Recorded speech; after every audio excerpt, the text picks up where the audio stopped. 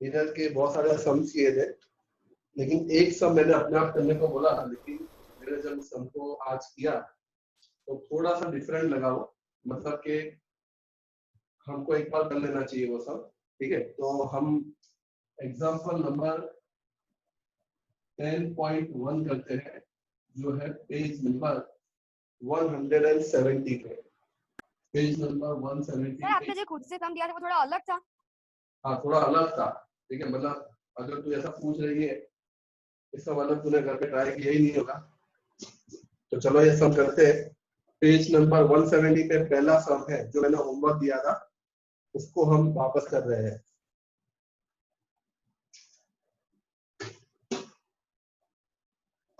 कितने लोगों ने इसको किया? नाम नाम बोलो, जिसने भी किया हो। किसी ने भी नहीं किया।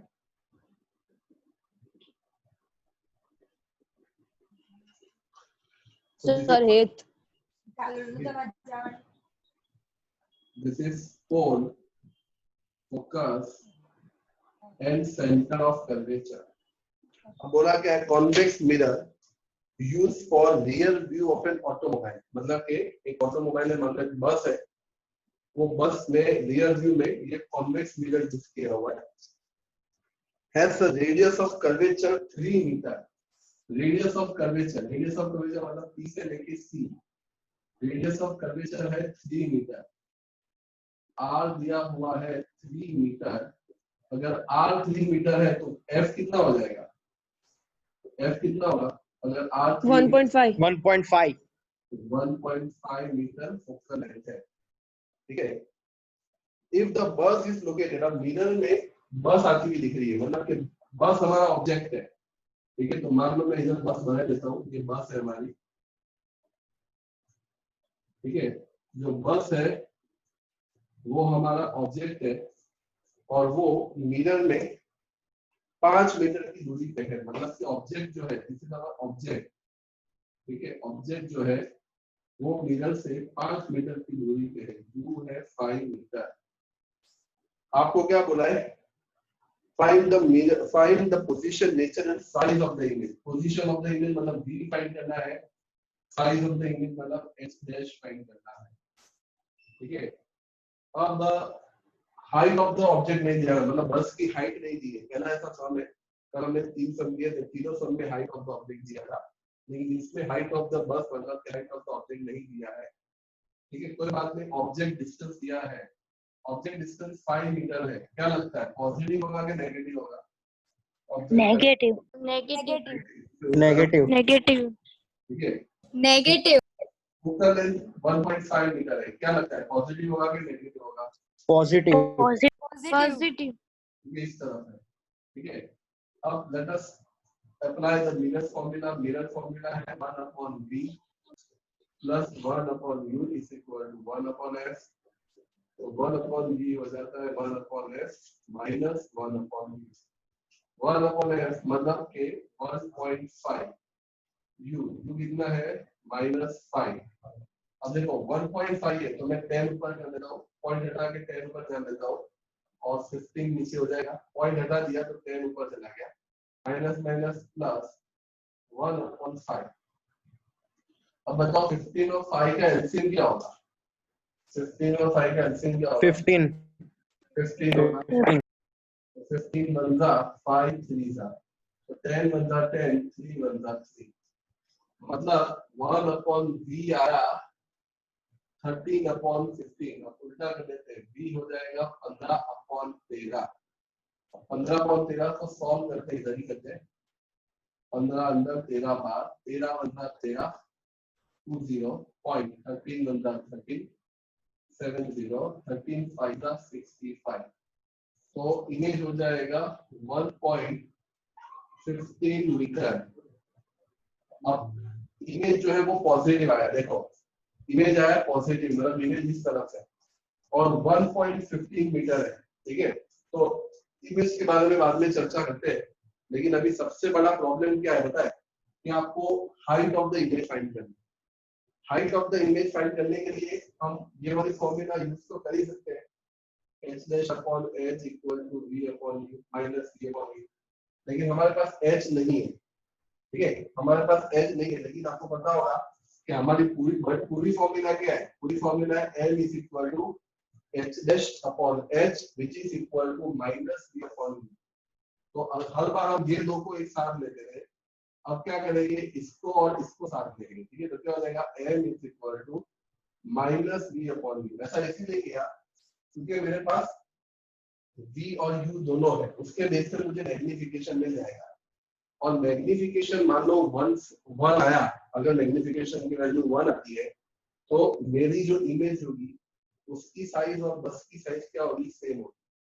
अगर 1 से बड़ा आया तो मेरी इमेज मैग्नीफाई होगी, और अगर m की वैल्यू 1 से छोटी आई तो मेरी इमेज डिमिनिश होगी। तो मुझे ये देखना है कि मेरा m क्या आएगा, ठीक है, तो m is equal to minus v upon u, तो m is equal to minus v कितना है 1.15, 1.15 का मतलब 115 अपॉन 100, और u क्या है, u है -5, तो माइनस माइनस पहले ही कट हो जाएगा, और 5 से काटते हैं, 5 1 जा 5 2 जा 3 जा, तो m आया 23 अपॉन 100, मतलब m आया 0.23। अब m आया 0.23, m 0.23 आया, मतलब आपकी इमेज बड़ी होगी कि छोटी होगी, पहले ये बताओ।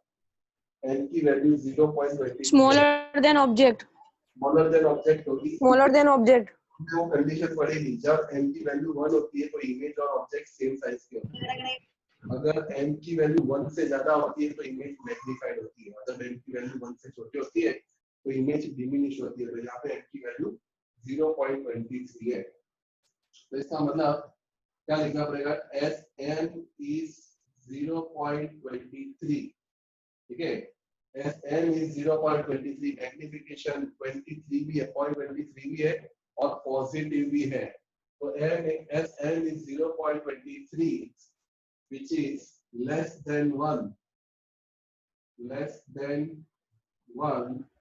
and पॉजिटिव, ठीक है, पॉजिटिव भी है और लेस देन 1 भी है, सो इमेज विल बी, कैसी होगी इमेज, m की वैल्यू पॉजिटिव है, ठीक है, virtual and erect image will be virtual, पूरी कुंडली निकाल देनी है इमेज की, वर्चुअल इरेक्ट, और 0.23 है, मतलब क्या होगी, डिमिनिश,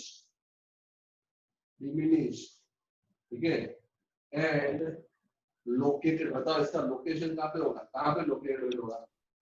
अब आपका फोकस जो है वो 1.5 मीटर है और इमेज आपकी 1.15 मीटर है, मतलब आपकी जो बस की जो इमेज आएगी वो लगभग इधर आएगी और छोटी आएगी, ठीक है, तो इमेज जो है वो छोटी आने वाली है, ठीक है, दिस विल बी इमेज, ये इमेज है, ठीक है, और इमेज कहाँ बनते हुए दिख रही है, बिटवीन कोर एंड फोकस, ठीक है, क्योंकि देखो फोकल लेंथ आपका 1.5 पे है और इमेज आपकी 1.1 पे है, तो क्या होगा, virtual erect finish and located between P and F behind the mirror, P and F behind the mirror, आया समझ में सबको, यस सर Yes, sir.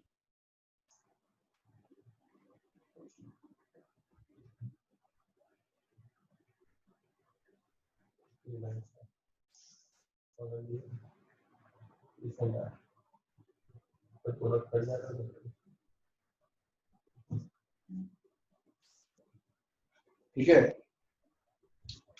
तो इसका एक स्क्रीनशॉट ले लेते हैं,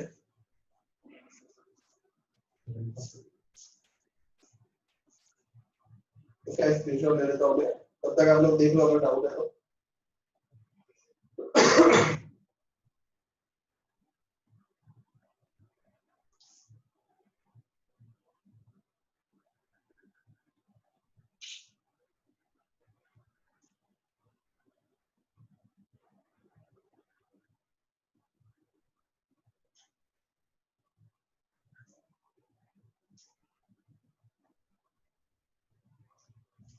नाउ यहाँ पे हमने आधा चैप्टर खत्म कर दिया, मतलब हमारा रिफ्लेक्शन वाला टॉपिक खत्म, मिरर अब खत्म हो गया।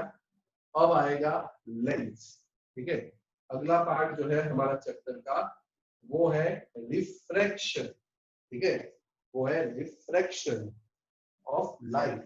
तो शुरुआत करते हैं with the next part of the chapter, that is refraction of light.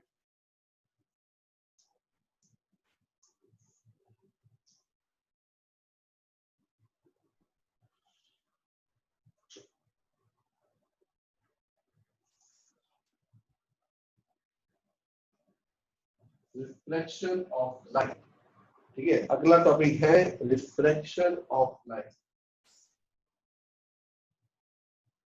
Reflection of light. Next topic is refraction of light. अब देखो रिफ्रैक्शन क्या होता है। मान लो ये एक सरफेस है, ठीक है, ऊपर जो है वो एयर है और नीचे जो है वो है वाटर, एक दोनों ट्रांसपेरेंट मीडियम है, ठीक है। ऊपर एयर है वो भी ट्रांसपेरेंट होती है और नीचे वाटर है वो भी ट्रांसपेरेंट होता है। और अब क्या होता है कि अब एक इंसिडेंट रे आती है, ठीक है, आती है, और रिफ्लेक्शन में क्या होता था कि वापस चली जाती थी, मतलब एयर से आती थी और एयर में वापस चली जाती थी। लेकिन यहाँ पे क्या होता है कि आती है और आने के बाद बैंड हो जाती है, मीडियम के अंदर एंटर हो जाती है, ठीक है, बैंड हो जाती है। तो ये जो रेज है उसको कहा जाता है इंसिडेंट रे और उसको कहा जाता है रिफ्रैक्टेड रे। और ये जो डॉटेड लाइन है उसको कहा जाता है नॉर्मल, इसको कहा जाता है नॉर्मल। अब ये एंगल बन रहा है, इंसिडेंट रे और नॉर्मल के बीच का एंगल बन रहा है, उस एंगल को हम नाम दे देते हैं आई, एंगल ऑफ इंसिडेंस, और इसको नाम दे देते हैं आर, एंगल ऑफ रिफ्रैक्शन, ठीक है, angle of incidence and angle of refraction. लेकिन रिफ्लेक्शन की तरह ये एंगल इक्वल नहीं होते, ठीक है। तो क्या होते हैं वो बाद में देखते हैं, लेकिन याद रखना रिफ्लेक्शन में एंगल ऑफ इंसिडेंस और एंगल ऑफ रिफ्लेक्शन हमेशा इक्वल होते हैं, लेकिन रिफ्रैक्शन में ऐसा नहीं होता। तो सबसे पहले तो रिफ्रैक्शन का डेफिनेशन पढ़ते हैं, व्हाट इज रिफ्लेक्शन, ठीक है। तो हमने देखा कि दोनों ही ट्रांसपेरेंट मीडियम है, एक है एयर और दूसरा है वाटर।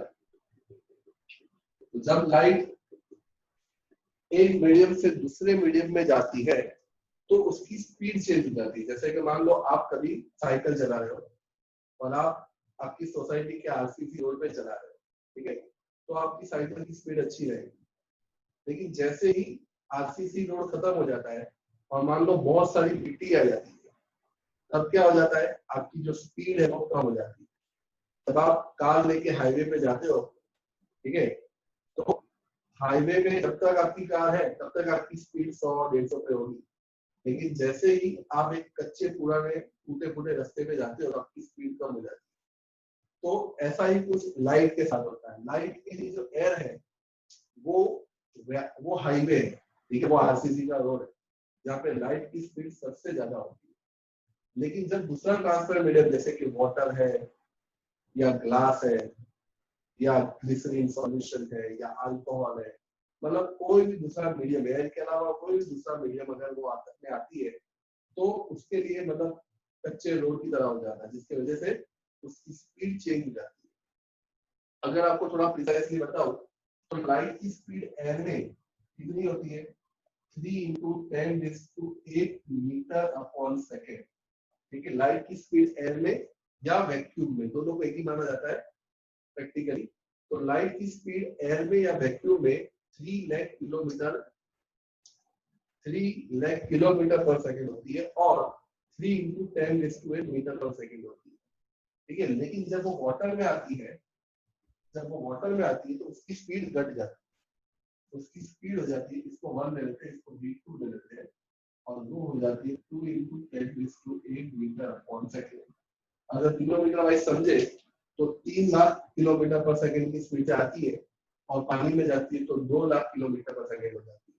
ठीक है, जिसका मतलब कि लाइट की स्पीड में बहुत चेंज आता है। सोचो 3 लाख की स्पीड से आ रही थी, 3 लाख किलोमीटर प्रति सेकंड की स्पीड से आ रही थी, और एकदम से उसकी स्पीड 2 लाख पे आ जा रहा है, तो इसका मतलब वो रिस्पॉन्स जैसे करती है बैंड होके। तो यहाँ पे हम देख रहे हैं कि लाइट 3 लाख किलोमीटर पर सेकंड की स्पीड से आती थी, लेकिन जैसे ही पानी को टच किया उसकी स्पीड कम हो गई। ठीक है, तो यहाँ पे लाइट की स्पीड चेंज होती है, और स्पीड जब चेंज होती है तब वो क्या हो जाती है, बैंड हो जाती है। तो इसके लिए डेफिनेशन में क्या आएगा, डेफिनेशन में आएगा the when the ray of light when the ray of light when the ray of light goes from one transparent medium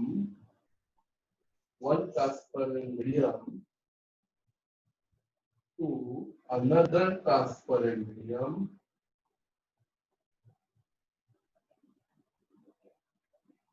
when a ray of light goes from one transparent medium to another transparent medium, क्या होता है, its velocity changes. Velocity मतलब speed changes. Its velocity changes, due to which it gets deviated from its original path. ठीक है, जब ray of light एक transparent medium से दूसरे ट्रांसपेरेंट मीडियम में आती है, उसकी स्पीड चेंज हो जाती है, और स्पीड चेंज होने की वजह से वो अपने पाथ से भटक जाती है। देखो अच्छी खासी ऐसी आ रही है, ठीक है, ये उसका पाथ था, लेकिन क्या हो गया, डिविएट हो गया, due to which it gets deviated from its original path. This phenomena is known as refraction of light. इसको कहा जाता है refraction of light. ठीक है, ये प्रोसेस को रिफ्रैक्शन कहा जाता है। ओके, दूसरी चीज अब आती है loss of reflection. Loss of reflection, जैसे लॉस ऑफ रिफ्लेक्शन पढ़ा था, अब पढ़ते हैं loss of refraction. Loss of refraction में पहला लॉ सिमिलर जैसा ही है रिफ्लेक्शन में और रिफ्रैक्शन में, जिसमें बताया था कि incident ray and reflected ray they are in same plane. ठीक है, लेकिन डिफरेंस यहाँ पे ये है कि प्लेन सेम है, ठीक है, पूरा सेम प्लेन है, लेकिन मीडियम अलग है। ठीक है, they are in same plane but different medium. ठीक है, ये मीडियम ऊपर वाला इंसिडेंट रे एयर में है और रिफ्लेक्टेड रे वाटर में है। तो लॉ नंबर 1 क्या है, लॉ नंबर 1 ये है the incident ray, refracted ray and normal are in same plane.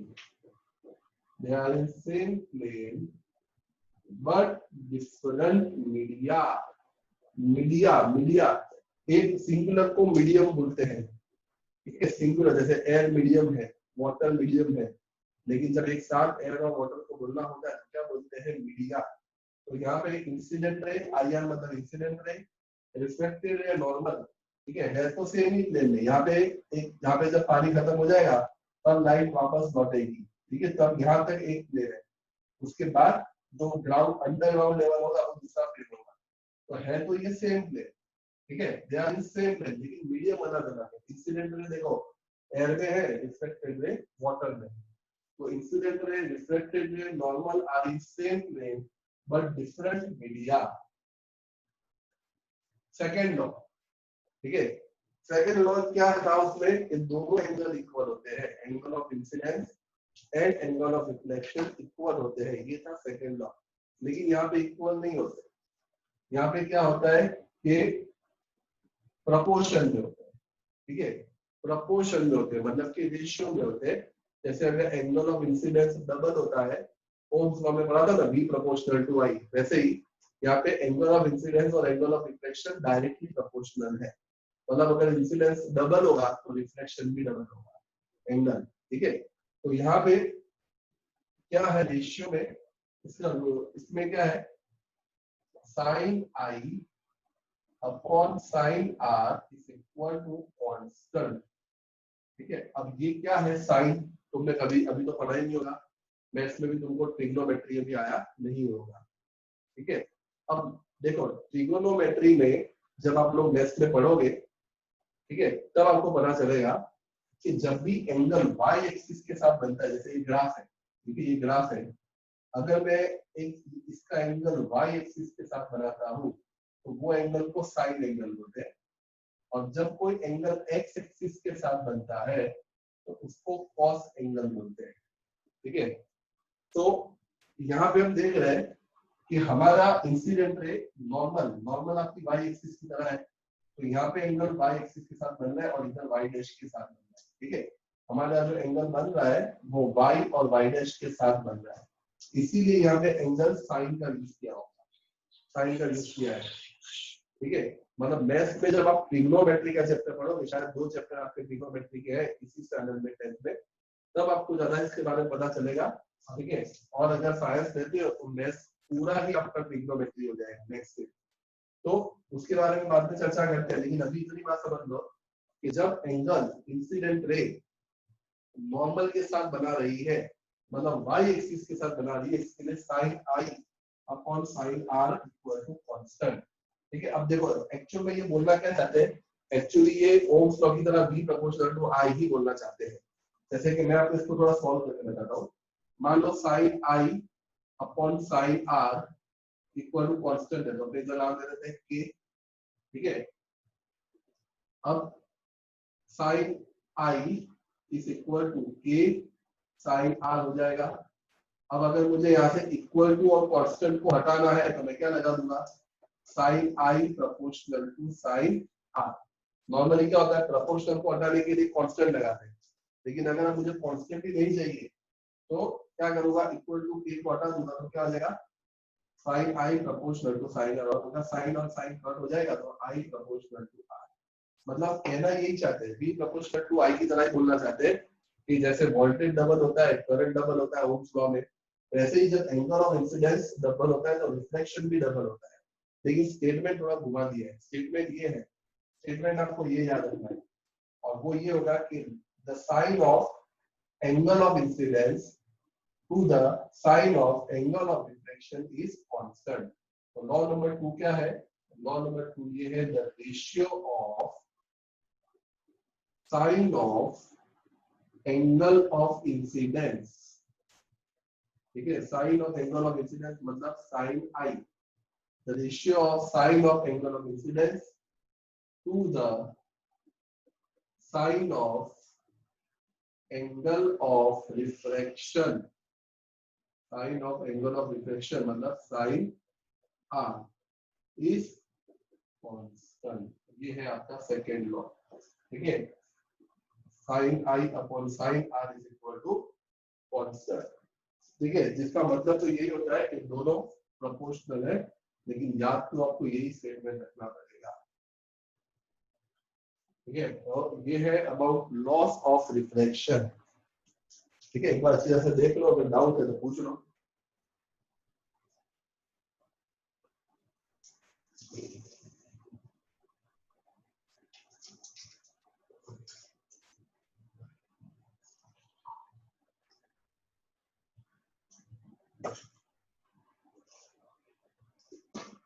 Any doubt? No, sir. No. Sir ये सेकंड फॉर्मूला, सेकंड लॉ का मतलब फॉर्मूला है ना साइन वाला। हाँ, सेकंड लॉ जो हमने सेकंड, उसमें हम लोग सिंपल लिख देते थे कि angle of incidence is equal to angle of reflection, लेकिन यहाँ पे क्या है, वैसे अगर सिंपल तरीके से लिखना हो तो क्या हो जाएगा, angle of incidence is directly proportional to the angle of refraction. पूरा आप इसको सॉल्व करके लास्ट में लाए थे I proportional to R.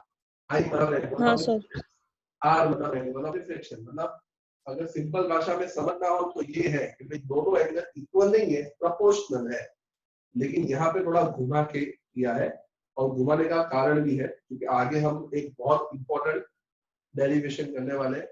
इतना इंपॉर्टेंट वो डेरिवेशन है कि आप तक कभी एग्जाम में आया ही नहीं, ठीक है, लेकिन उसके सम्स आते हैं, इसके लिए वो इंपॉर्टेंट है। तो वो डेरिवेशन में हमको अप्लाई करना पड़ेगा, ठीक है, इसकी वजह से ये हमको स्टेटमेंट याद रखना है, ठीक है। लेकिन अगर समझने की बात करें सिंपल भाषा में समझे तो दूसरा लॉ यही बोलता है कि दोनों एंगल इक्वल नहीं है लेकिन प्रोपोर्शनल है, जैसे V प्रोपोर्शनल टू I होता है।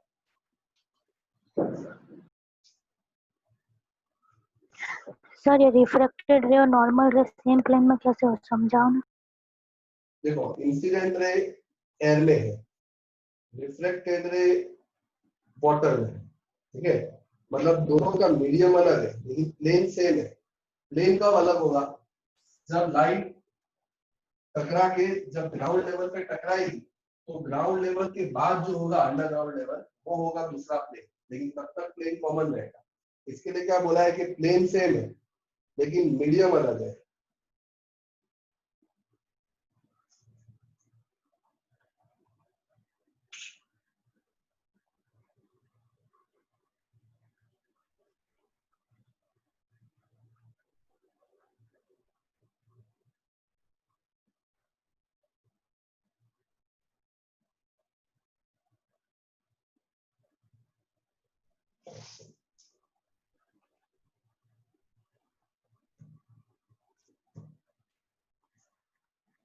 अब आगे बढ़ते हैं।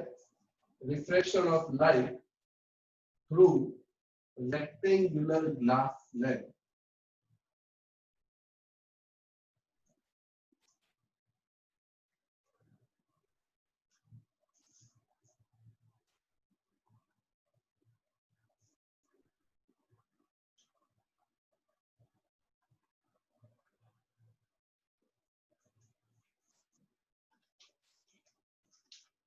Reflection of light through a rectangular glass slab, ठीक है, रेक्टेंगुलर ग्लास स्लैब। अब हम लोग मान लेते हैं कि भाई ये जो है रेक्टेंगुलर ग्लास स्लैब है।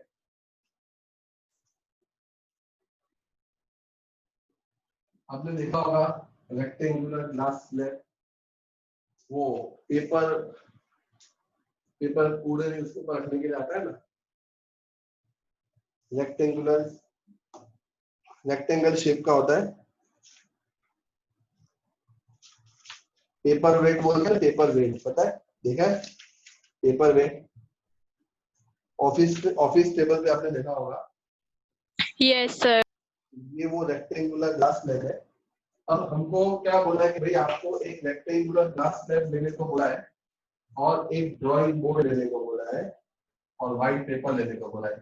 तो ये मेरा पूरा ड्राइंग बोर्ड है, ये व्हाइट पेपर है और उसके ऊपर मुझे रखना है एक रेक्टेंगुलर ग्लास स्लैब और पॉइंट मार्क करने, ऊपर वाला जो पॉइंट है वो ए बी है और नीचे वाला पॉइंट है वो सी डी है, ठीक है। सबसे पहले मुझे बोला है 3 चीज लेने को, चौथी चीज बताऊंगा बाद में। पहले बोला है ड्राइंग बोर्ड चाहिए, तो ये पूरा जो ब्लैक बॉर्डर आपको दिख रहा है मेरा, ये जो ब्लैक बॉर्डर आपको दिख रहा है वो मेरा ड्राइंग बोर्ड है। फिर बोला है व्हाइट पेपर लेने को, तो ये जितना भी आपको व्हाइट पार्ट दिख रहा है वो मेरा व्हाइट पेपर है। और तीसरा बोला है ग्लास स्लैब लेने को, तो ये ABCD ग्लास स्लैब है। और ग्लास स्लैब को पेपर के ऊपर रखना है और बॉर्डर मार्क करना है A B C और D, ठीक है। समझ में आया क्या किया? ड्राइंग बोर्ड लिया, पेपर लिया, पेपर के ऊपर हमने रेक्टेंगुलर ग्लास स्लैब को रख दिया, ठीक है, रेक्टेंगुलर ग्लास स्लैब को रख दिया। रखने के बाद मार्क कर दिया border A B C D, बराबर। अब हो रहे हैं 4 पिन लेने को। पिन मतलब टाकनी, टाकनी देखिए कैसी होती है, यस। बैंक में जाते पता है वो चेक में डालेंगे, काकड़ी। Yes, sir. तो वो Yes.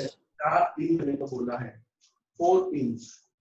और क्या बोला है कि भाई AB के ऊपर आप एक स्ट्रेट लाइन पास करो, स्ट्रेट लाइन, ठीक है। बस ये एक स्ट्रेट लाइन ड्रॉ करनी है जिसका नाम होगा EO, ठीक है। ये स्ट्रेट लाइन ड्रॉ करनी है EO, ठीक है। 4 पिन लेने को बोला है। अब जो 4 पिन है उसमें से 2 पिन EO के ऊपर लगानी है, ठीक है। जैसे कि एक पिन हम इधर लगाएंगे, ओके, दूसरी पिन इधर लगाएंगे, ठीक है। ये हो गई आपकी पिन 1, ये हो गई पिन 2। 2 पिन को एक ही लाइन में लगाना है, ठीक है। मतलब कि टागड़ी ली और टागड़ी को मैं इधर लगा रहा हूँ और इधर लगा रहा हूँ। अभी तुमको ये इमेजिन करना है कि रेक्टेंगुलर ग्लास स्लैब मैंने लगा के रखा है, ठीक है। रेक्टेंगुलर ग्लास स्लैब मैंने लगा के रखा है, बॉर्डर मार्क कर दिया है ABCD, एक स्ट्रेट एक ऐसी टेढ़ी लाइन ड्रॉ की है EO। उस लाइन के ऊपर मुझे पिन 1 और पिन 2 लगानी है। अभी तक समझ में आया सबको? क्या किया मैंने? सबसे पहले ड्राइंग बोर्ड लिया। ये पिन वाला समझ नहीं आया। हाँ, तो सबसे पहले वापस समझाओ ना। सबसे पहले ड्राइंग बोर्ड लिया, उसके ऊपर व्हाइट पेपर रखा, व्हाइट पेपर रखने के बाद रेक्टेंगुलर ग्लास स्लैब रखा, ठीक है। रेक्टेंगुलर ग्लास स्लैब रखा, फिर बॉर्डर मार्क कर दिया। रेक्टेंगुलर ग्लास स्लैब का बॉर्डर में ऊपर वाला पार्ट है AB और नीचे वाला पार्ट है CD। फिर क्या, फिर ऊपर से हम एक, सर वापस जाए ना। हाँ होना है भी आधी प्रोसेस है। अब ऊपर से हमने एक स्ट्रेट लाइन ड्रॉ की है, वो मैं ब्लू में कर देता हूँ और ब्लैक में कर देता हूँ। स्ट्रेट लाइन ड्रॉ की है, ठीक है। स्ट्रेट लाइन ड्रॉ की जिसका नाम है EO। अब उस स्ट्रेट लाइन के ऊपर मैंने 2 पिन लगाई है, एक लगाई है पिन 1 और दूसरी लगाई है पिन 2। अभी किसी को डाउट? ये स्ट्रेट लाइन ड्रॉ की है और No, sir. 2 टांगने लगे, कागज सर कागज पे थोड़ा सा प्रेशर दो तो टांगने लग जाएगी ना, मतलब 2 टांगने लगेगी। सर P1 और P2 का डिस्टेंस क्या होगा दोनों? डिस्टेंस थोड़ा बहुत रैंडमली लेना है, कोई ऐसा फिक्स डिस्टेंस नहीं है, लेकिन EO के ऊपर ही होना चाहिए। जो आपने लाइन ड्रॉ की है उसके ऊपर आप ऐसे फिट कर देते हैं, समझे? Okay sir. ठीक है, तो कितना टाइम बाकी है? 3 मिनट है, ठीक है। 2 अब minutes. हाँ, तो पिन 2 हमने लगा 2 दिया, minutes. ठीक है। अब देखो पिन 1 और पिन 2 लगा दिया, मैं थोड़ा आपको ऐसे समझाता हूँ, ठीक है। ये रेक्टेंगुलर ग्लास स्लैब है, ठीक है। मैंने यहाँ पे पिन 1 लगा दिया, उसके बाद में पिन 2 लगा दिया, ठीक है। अब क्या करना है मुझे, ये AB के ऊपर मैंने 2 पिन लगाई है, ठीक है। AB के ऊपर 2 पिन लगाई है। अब मुझे CD से देखना है, यहाँ से यूं देखना है, ठीक है। अब मुझे यूं देखना है और यहाँ से 2 पिन और लगानी है। मैंने बताया था मेरे को 4 पिन लेनी है, 2 पिन मैंने ऑलरेडी AB के ऊपर मतलब EO पे ड्रॉ कर दिया है, EO पे लगा दिया है। अब मैं यहाँ से देखूंगा, ठीक है। ये AB है, ये CD है। अब मैं यहाँ से देखूंगा और 2 पिन लगाऊंगा, ठीक है। पिन 3 लगाने वाला हूँ, पिन 4 इस तरफ लगाने वाला हूँ और ऐसे लगाऊंगा कि भाई मैं जब यहाँ से देखता हूँ तो मुझे चारों की चारों पिन कैसे दिखती है? स्ट्रेट लाइन में दिखती है। आया समझ में? मैं जब तीसरी और चौथी पिन लगाऊंगा तब ऐसे लगाऊंगा कि यहाँ से मुझे एक ही पिन दिखेगी। क्यों एक ही दिखेगी? क्योंकि चारों की चारों कैसी है? स्ट्रेट लाइन में है, ठीक है। तो जब मैं यहाँ से देखता हूँ, यहाँ से मतलब मैं जब यहाँ से देखता हूँ, ठीक है, तब मैं ये देखता हूँ कि भाई यहाँ पे मेरी पिन 3 लगती है और यहाँ पे पिन 4 लगती है। अब तुम बोलोगे कि कहाँ सर ये तो ब्लू दिख रहा है, लेकिन जब मैं ग्लास स्लैब से देखता हूँ ना तब मुझे ऐसा ही दिखता है कि भाई पिन 4, पिन 3, पिन 2, पिन 1 सब स्ट्रेट लाइन में है। लेकिन जैसे ही मैं ग्लास स्लैब हटाता हूँ, ठीक है, सबसे पहले मैंने ये 2 पिन जो थी वो इधर लगा दी, इसको मैं नाम दे देता हूँ पिन 3 और ये पिन 4, ठीक है। This is pin 3 and pin 4। जब मैं यहाँ से देख रहा हूँ तो मुझे क्या दिखता है? पिन 4, पिन 3, पिन 2, पिन 1 सब एक ही लाइन में दिखती है। लेकिन जब मैं ग्लास स्लैब को हटाता हूँ तो मैं शॉक हो जाता हूँ। क्यों शॉक हो जाता हूँ? क्योंकि अब मैं देख रहा हूँ कि पिन 1 और पिन 2 तो इधर है और पिन 3 और पिन 4 इधर है। ठीक है, तो इसीलिए मुझे क्या करना है, अब मैं एक मिनट, ओ हो गया, अब नाम है O dash, O dash H. ठीक है, तो अब मुझे ये दोनों को जोड़ते हुए एक लाइन बना देनी है। ठीक है, ये लाइन बना दी मैंने। जैसे देखो पिन 1 और पिन 2 को हमने पहले लगा दी थी, अब पिन 3 और पिन 4 को ऐसे लगाना है, पिन 3 और पिन 4 को ऐसे लगाना है कि जब आप पिन 4 को देखते हो तो आपको चारों चार पिन कैसे दिखती है, स्ट्रेट लाइन में दिखती है। ठीक है, पिन 3 एंड पिन 4। जब हम ग्लास स्लैब को रख के देखते हैं तो ऐसा दिखता है कि भाई ये चारों की चार जो है वो चारों की चार जो है वो एक ही लाइन में है। लेकिन जब हम ग्लास स्लैब हटाते हैं तब हम थोड़े शॉक हो जाते हैं और ऐसा दिखता है कि चारों की चार एक लाइन में नहीं है। ठीक है, चारों की चार एक लाइन में नहीं है। ठीक है, इसके ऊपर है पिन 3 और ये है पिन 4, पिन 3 एंड पिन 4। इस पॉइंट का नाम दे देते हैं ओ डैश और इसका नाम क्या था? इसका नाम था ई डैश। एच एच नाम। ठीक है, तो अब क्या करना है, अब ये ग्लास स्लैब को उठा के रख देना है। उठाने के बाद अब ओ और ओ डैश को ज्वाइन कर देना है। तो मैं ओ और ओ डैश को अब ज्वाइन कर रहा हूँ। ठीक है, मतलब ये कि अब ये वाली जो रे है, ठीक है, पॉइंट ये ओ पॉइंट ऐसा था जहाँ पे इंसिडेंट रे आई। ठीक है, अब देखो ये वाला मीडियम कौन सा था? एयर था। ये क्या था? ग्लास था। और ये ऑब्वियसली क्या था? एयर था।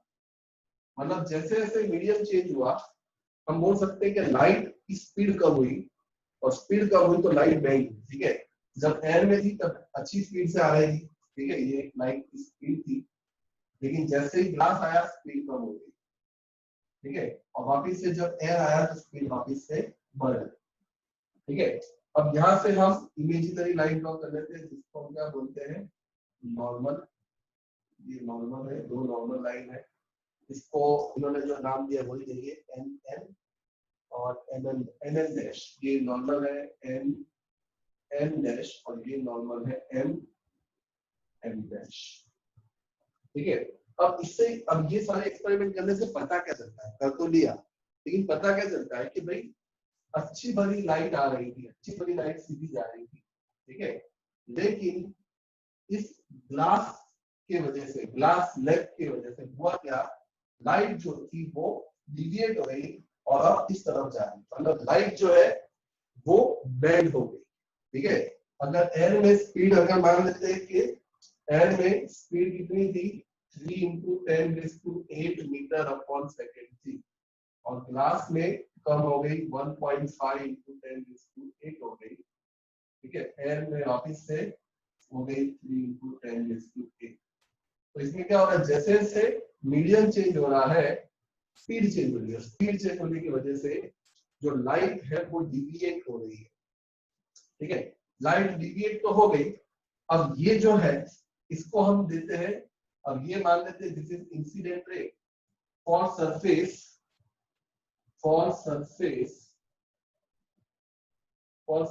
AB। अब AB सरफेस पे नजर डालो।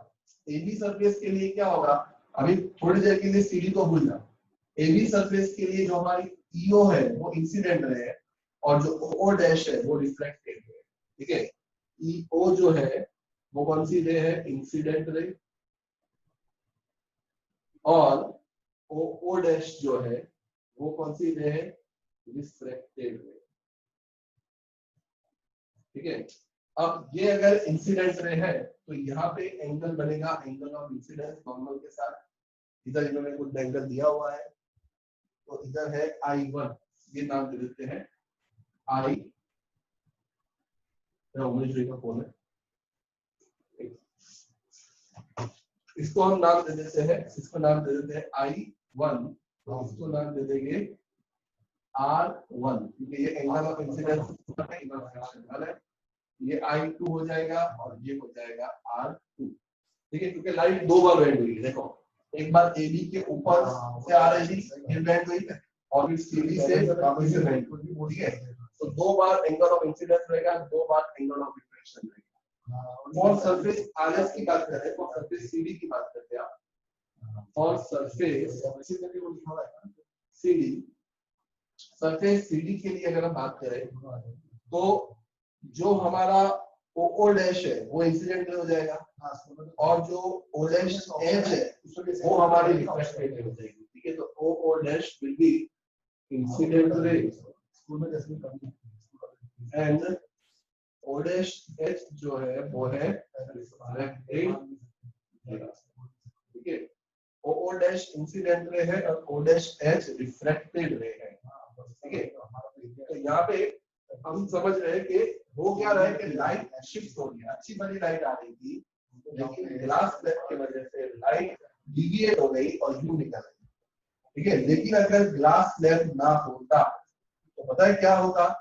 अगर ग्लास स्लैब ना होता तो ये लाइट सीधी जाने वाली थी। ठीक है, ये लाइट सीधी जाने वाली थी, लेकिन इतनी शिफ्ट हो गई, यहाँ से लेके यहाँ तक का जो डिस्टेंस है, ठीक है, उतना वो शिफ्ट हो गया। इसको हम बोल देते हैं कि जो O डैश P है वो है लेटरल शिफ्ट। ये हमारी लाइट शिफ्ट हो जाती है। ठीक है, अगर ये ग्लास स्लैब ना होता तो जो इंसिडेंट रे थी ना EO वो सीधी निकल जाती, लेकिन इस ग्लास स्लैब की वजह से ये लाइट इतना शिफ्ट होगी। और आप देखना, आप लोग ध्यान रखना, गलती मत कर देना कि आपकी जो ये रे होगी O डैश H और ये वाली जो रे है वो पैरेलल होनी चाहिए। ठीक है, अगर आप मतलब ये रे आपकी बहुत आपको सोच समझ के बनानी है, ये रे जो है और ये वाली जो डॉटेड रे है वो आपकी कैसी होनी चाहिए? पैरेलल होनी चाहिए। ठीक है, लेटरल शिफ्ट का मतलब ये है कि लाइट आपकी शिफ्ट होगी, अच्छी वाली लाइट मिला रही थी, लेकिन ग्लास स्लैब की वजह से ब्लू जा रही है, तो लाइट आपकी इतना शिफ्ट हो गई है। और ये लाइट कितना शिफ्ट होगी वो डिपेंड होता है distance between AB and distance between CD। अगर AB और CD का डिस्टेंस थोड़ा और ज्यादा होता तो लेटरल शिफ्ट और बड़ी होती, अगर AB CD और थोड़ा कम होता तो लेटरल शिफ्ट होती। ठीक है, this is about rectangular glass slab.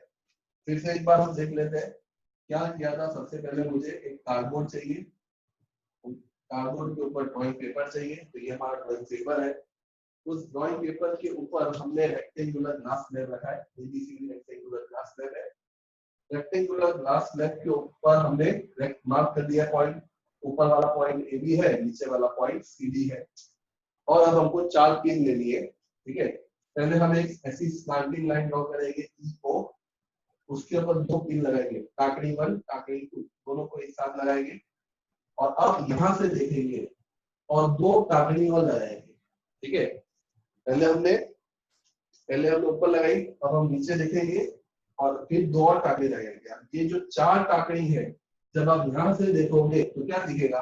ये चारों की चारों टाकड़ी स्ट्रेट है। मतलब तुम जब यहाँ ग्लास स्लैब में देखोगे, एक्चुअल में ये एक्सपेरिमेंट प्रैक्टिकल है, 11th साइंस में आप जाओगे तो फिजिक्स में ये एक्सपेरिमेंट करने वाले। ठीक है, लेकिन अभी आप खाली सोचो क्या होने वाला है कि यहाँ से हम देखेंगे तो चारों की चारों टाकड़ी एक ही लाइन में दिखती है। ठीक है, लेकिन जब हम ग्लास स्लैब को हटाते हैं तो क्या देखते हैं? पिन 2 इधर है, पिन 3 इधर है। ओके, और फिर हम क्या करते हैं? O पॉइंट और O डैश को ज्वाइन कर देते हैं, तो क्या लगता है कि लाइन आई, अंदर गई, फिर बाहर निकली। ठीक है, मतलब लाइट की स्पीड पहले 3 × 10⁸ थी, फिर कम हो गई तो अंदर आई, फिर बढ़ गई तो वापस से बाहर। ठीक है, तो इस तरह से लाइट हमारी शिफ्ट हो गई, अच्छी वाली लाइट सीधी जा रही थी, लेकिन लाइट शिफ्ट हो गई। इस फिनोमेना को बोला जाता है लेटरल शिफ्ट। ठीक है, इसको कहा जाता है लेटरल शिफ्ट। ठीक है, अलग टॉपिक है, एक बार ध्यान से देख लो, कहीं डाउट है तो पूछ लो।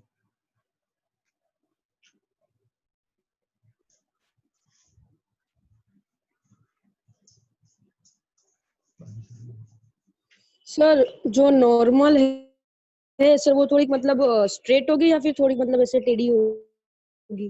वो जो रिफ्लेक्टेड जो मतलब ओ डैश से जो चली वो बैंड ये नॉर्मल होगी या स्ट्रेट? एन डैश वाली। यस सर, एन डैश और एम डैश। हाँ वो जो है ना वो हमारे AB से परपेंडिकुलर होगी। AB जो है ना AB का भी परपेंडिकुलर और ये CD से परपेंडिकुलर 90 डिग्री पे। ओके